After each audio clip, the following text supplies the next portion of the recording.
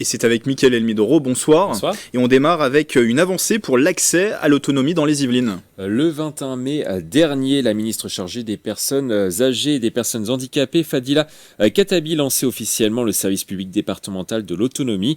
18 départements ont été sélectionnés, dont celui des Yvelines. Ce service vise à apporter des solutions concrètes aux personnes âgées en situation de handicap et à leurs aidants. De quelle manière? En améliorant la coopération entre tous les acteurs sanitaires, sociaux et médico-sociaux pour plus d'efficacité. Optimisation des conditions d'accueil, instruction des droits plus rapides ou meilleur repérage de la perte d'autonomie.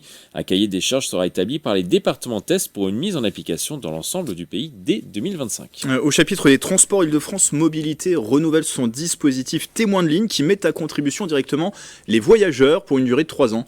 Lancé en 2000, ce programme permet de recruter des usagers volontaires pour qu'ils évaluent la qualité de service du réseau des transports qu'ils empruntent. 6 critères sont pris en compte: la ponctualité des lignes, l'information voyageur, l'accueil en gare, la propreté des espaces, l'accessibilité et le confort. De son côté, les opérateurs RATP, Cap Île-de-France et Transdev sont contraints d'apporter une réponse qualitative sous un mois sur les dysfonctionnements et les suggestions d'amélioration.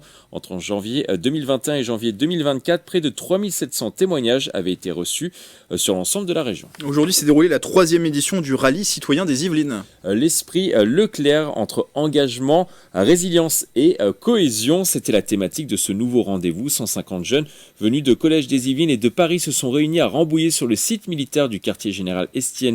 Organisé par la délégation militaire départementale des Yvelines, cet événement permettait de célébrer le devoir de mémoire à l'approche des commémorations du débarquement de Normandie du 6 juin 1944.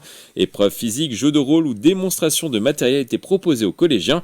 De son côté, l'Office national des anciens combattants était présent pour apporter des témoignages et sensibiliser ce jeune public. La sortie d'un livre sur l'histoire du château de Versailles, et il est destiné directement aux enfants. Un ouvrage intitulé Le livre animé du château de Versailles, écrit par Sophie Dussossois et illustré par Camille Ferrari. Il permet de faire découvrir aux plus jeunes les travaux réalisés sur cet édifice du temps de Louis XIV, d'observer les plans de l'époque ou de découvrir les grandes fêtes organisées autrefois. Pour attiser la curiosité, 17 animations dont un grand pop-up pour actionner les fontaines des jardins de l'Honôtre sont confectionnées. L'œuvre sur l'ancienne résidence royale est disponible dans la boutique du château et dans toutes les librairies. Et une dernière information, Mickaël, c'est en ce moment même, l'Yvelinois Arthur Rinderknecht est sur la terre battue de Roland-Garros.